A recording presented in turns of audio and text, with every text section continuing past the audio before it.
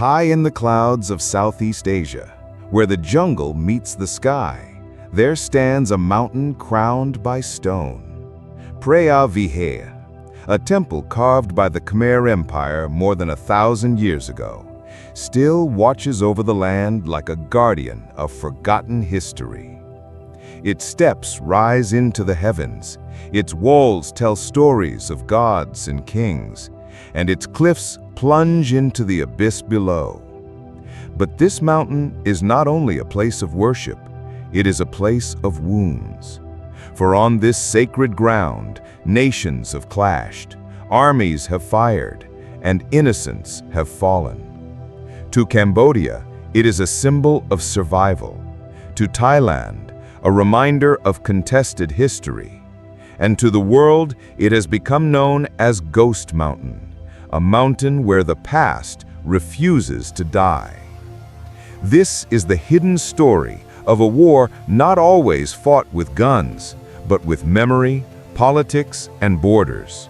A war where the shadows of genocide walk hand in hand with the fires of nationalism. A war where the dead still whisper through the mist. Today, we uncover the return of Ghost Mountain and the deadly Preah Vihear border war. Preah Vihear is not just a temple, it is a stairway to the sky. Built in the 9th century and expanded for hundreds of years, it was dedicated to the Hindu god Shiva.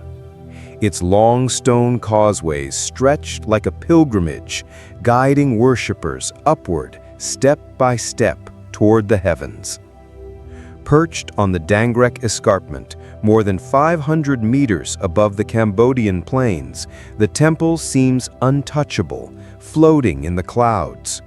From its steps, you can see miles of green fields stretching across Cambodia. From the other side, Thailand's forests crawl right up to its cliffs. And here lies the conflict. Imagine a house sitting exactly on the line between two neighbors. Both insist, "This house is mine."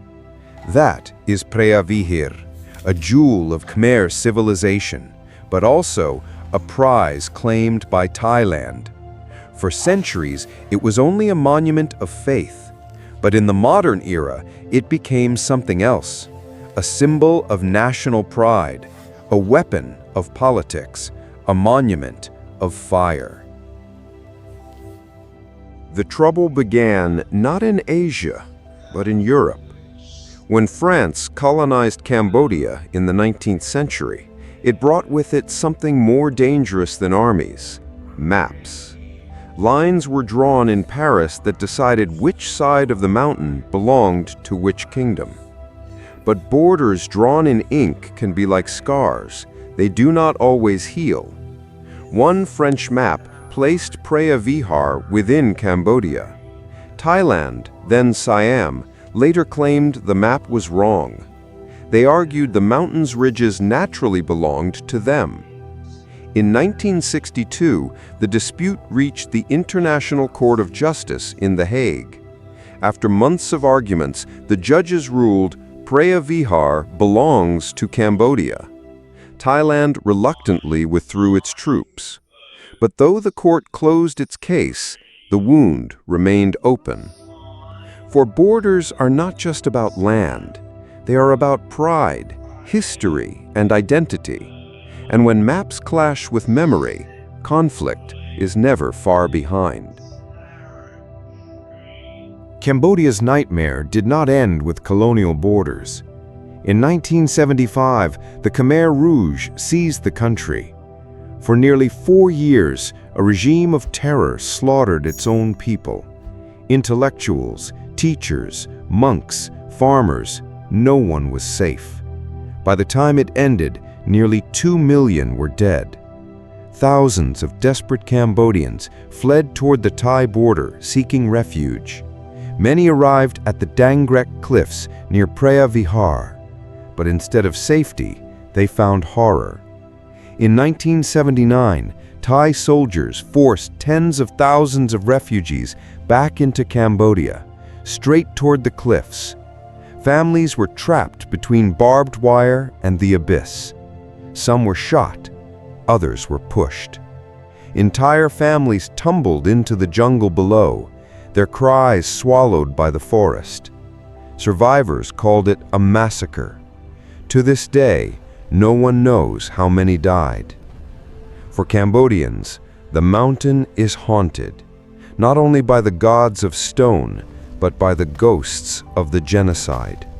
That is why they call it Ghost Mountain. Decades later, the mountain again became a battlefield. In 2008, UNESCO declared Preah Vihear a World Heritage Site. Cambodia celebrated, but in Thailand, anger boiled. Nationalists claimed the listing gave Cambodia control of disputed land around the temple. Soon, soldiers marched. Armies dug trenches on both sides of the mountain. In 2011, war returned to Ghost Mountain. Mortar shells and artillery thundered through the jungle. The temple that once echoed with prayers now shook with explosions. Villagers fled once more. Entire families grabbed what little they could carry, pots, blankets, chickens, and ran from burning homes.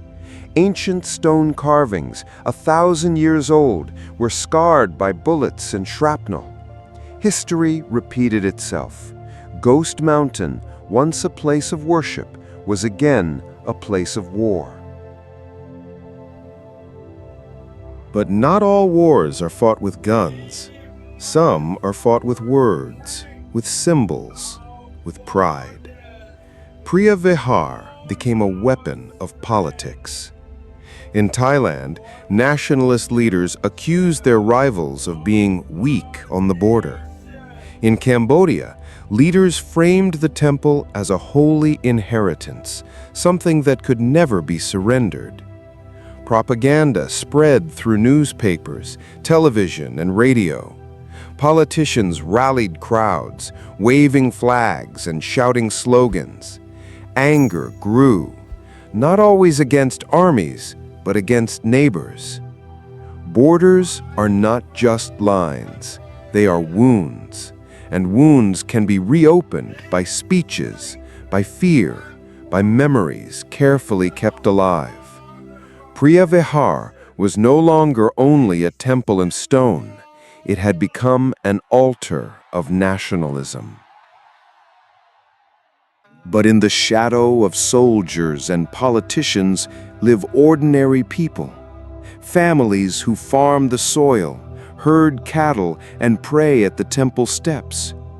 For villagers, this conflict is not about ancient maps or courtroom rulings.